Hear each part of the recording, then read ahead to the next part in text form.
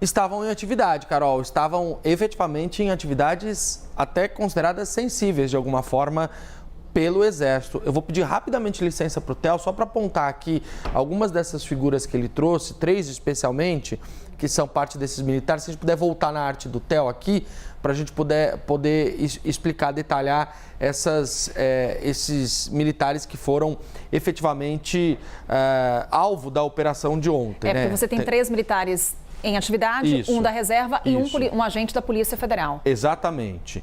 Então, olha só, Carol, a gente tem aqui o Hélio Ferreira Lima, o Rodrigo Bezerra de Azevedo e o Rafael Martins de Oliveira. Estes 3 são tenentes-coronéis.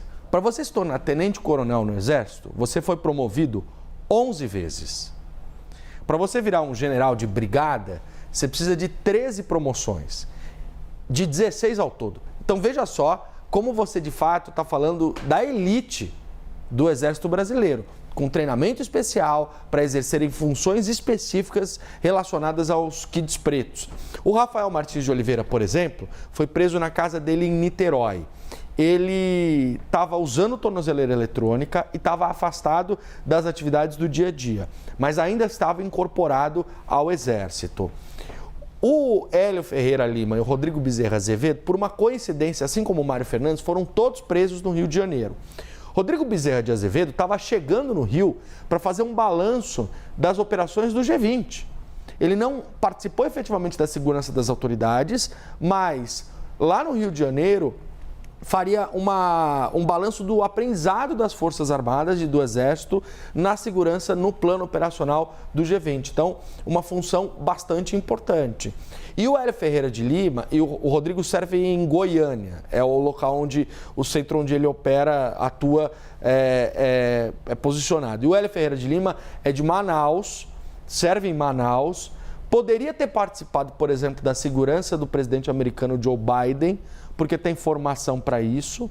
Questionei o Exército sobre isso, ainda não me responderam se ele teve algum tipo de relação com essa ação, mas tinha ido para o Rio de Janeiro para uma formatura desse grupo de operações especiais. Assim como o Mário Fernandes, cujo filho está se formando oficial do Exército no Rio de Janeiro e justamente por isso também estava lá. Então, os 4 foram presos no Rio de Janeiro. E até para deixar claro, quando a gente fala aqui em Kid Preto, é justamente essa formação especial Sim. dentro das Forças Armadas, dentro do Exército. E aí, Pedro, esse grupo estaria por trás daquele plano, não só de golpe de Estado, mas também de assassinar autoridades, de assassinar o presidente Lula, vice-presidente Geraldo Alckmin e o ministro Alexandre de Moraes. A gente já pode trazer um pouco do que eles estavam prevendo, o que seria esse planejamento que tem essas figuras envolvidas. E aí temos o que o Pedro Duran traz em resumo para a gente do que as investigações apontam. Aqui são os alvos desse suposto plano de golpe, Carol, e como eles fariam para poder atingir cada um deles. O presidente Lula seria envenenado. A decisão do ministro Alexandre de Moraes, que baliza a ação da Polícia Federal ontem, usa trechos dessas comunicações entre os suspeitos, em que eles falam sobre o uso de químicos que foi cogitado para causar colapso orgânico por uma suposta vulnerabilidade de saúde. É isso que eles falam sobre o presidente Lula. E aí chama a atenção, Carol, da audácia desses supostos golpistas, porque se eles teriam condições de envenenar o presidente da República, àquela altura presidente eleito, é porque teriam acesso ao que ele come, ao alimento dele, ao restaurante, à cozinha.